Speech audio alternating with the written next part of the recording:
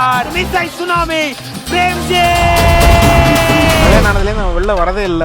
ஆஹா நீயோ போய் மதியையும் அவ குடும்பத்தையும் மிரட்டுறேன்னு நான் உன் மேல போலீஸ் கம்ப்ளைண்ட் கொடுப்பேன்டா. ஏய்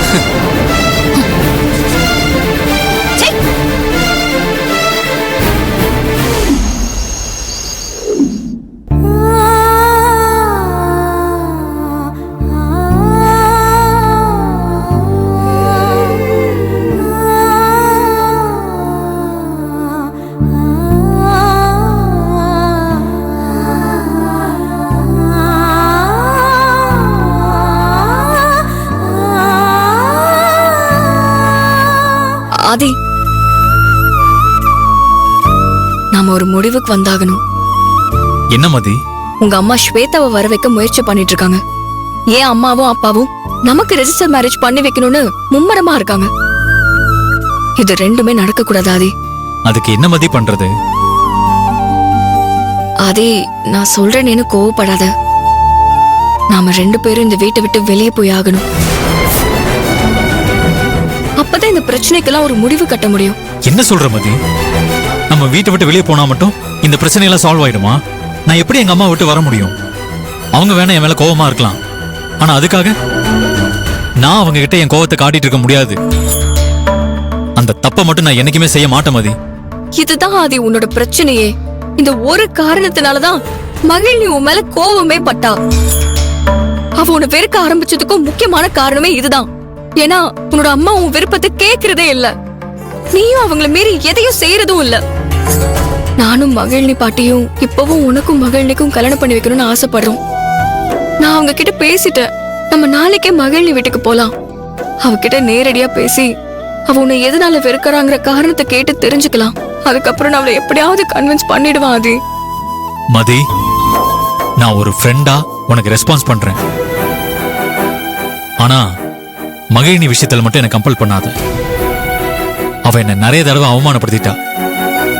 தோ இப்ப நடந்த பிரச்சனை எல்லாத்துக்குமே அவ மட்டும்தான் காரணம். அவளை நம்பி நான் வீட்டை விட்டு போனா அடுத்த நிமிஷமே எங்க அம்மா ஏதாவது பண்ணிப்பாங்க. தயவு செஞ்ச நிலைமையை புரிஞ்சுக்கோ.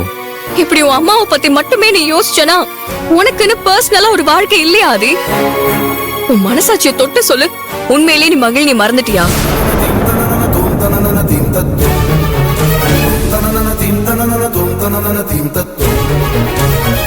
நீ இங்கே இருந்தனா உன் அம்மா உன்னை கட்டாயப்படுத்தி ஸ்வேதாவை கல்யாணம் பண்ணிக்க வச்சிருவாங்க. அது உனக்கு பரவாயில்லையா? உன்னால மகிழ்நிய மறந்துட்டு அந்த ஸ்வேதாவை கல்யாணம் பண்ணிட்டு நிம்மதியா வாழ முடியுமா? சொல்லாதி. ஒரு பக்கம் என்னோட அப்பா அம்மா, இன்னொரு பக்கம் உன்னோட அம்மா ஸ்வேதா. இப்படி எல்லாருமே அவங்க பிரச்சனையை பத்தி மட்டும்தான் யோசிக்கிறாங்க. அவங்க யாருக்குமே மகிழ்நிய பத்தி கவலையே இல்ல. அவளுக்கு இருக்கிற ஒரே ஒரு ஆறுதல் நாம மட்டும்தான். ஆதி, நாமளும் அவளை மறந்துட்டா அவ வாழ்க்கை என்ன ஆகும்னு கொஞ்சம் யோசிச்சு பாரு. ஆதி, எனக்கு கடைசியா ஒரே ஒரு வாய்ப்பு கொடு. உங்க பிரச்சனைய நான் பேசி முடிக்கிறேன். என்ன நம்ப ஆதி.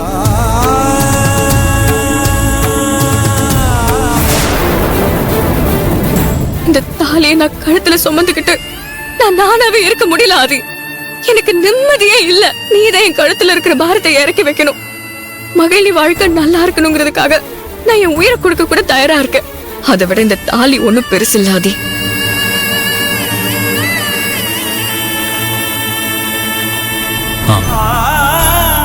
மதி, உன்னோட ஃப்ரெண்ட்ஷிப்காக நீ உன் வாழ்க்கையவே தியாகம் பண்றேன்னு சொல்ற இல்ல, நீ கேக்குறேன்றதுக்காக மட்டும் நான் உன்னோட வர சம்மதிக்கிறேன்.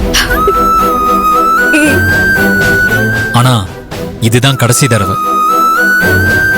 இதுக்கப்புறம் மகிழ்னி என்னை தேடி வந்தாலும் நான் ஏத்துக்க மாட்டேன். சரி ஆதி, நீ என் கூட வந்தா மட்டும் போதும். மத்ததெல்லாம் நான் பாத்துக்கிறேன்.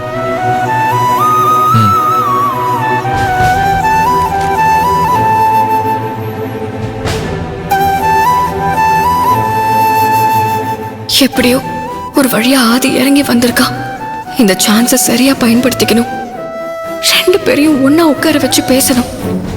எப்படியாவது மகிழ்ச்சி மனசை மாத்தி 2 பேரையும் சேர்த்து வைக்கணும்.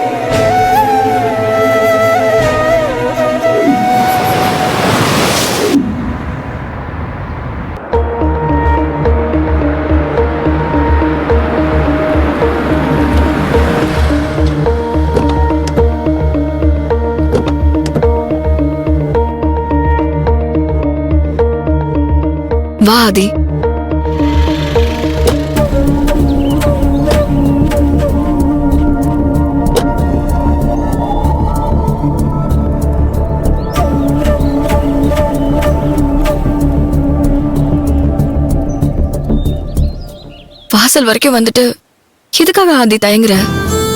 மதி, நான் இப்பவும் சொல்றேன், மகிழினி எதுக்காக என்ன வெறுக்கிறாங்கிற காரணத்தை தெரிஞ்சுக்கணும்னு நீ கேட்டதுக்காக மட்டும்தான் நான் இங்க வந்திருக்கேன். மத்தபடி என் மனசுல எந்த எண்ணமும் இல்லை. சரி ஆதி, நீ எதுவும் பேச வேண்டாம். அவ முன்னால நீ அமைதியா இருந்தா மட்டும் போதும். உன்னை வச்சுட்டு அவளால ரொம்ப நேரம்லாம் போய் சொல்லி சமாளிக்க முடியாது. அவ பேசுற விதத்தை வச்சே அவ சொல்றது உண்மையா பொய்ன்னு கண்டுபிடிச்சிடலாம். உள்ளவா ஆதி?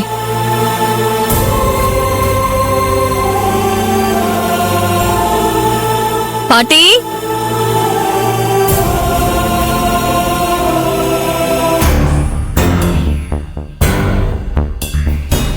வாங்க தம்பி, எப்படி இருக்கீங்க?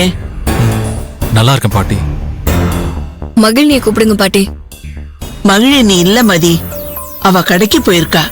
இப்ப வந்துருவா. 2 பேரும் உட்காருங்க. உட்காருங்க தம்பி. உட்காராதே. உட்காரு மதி.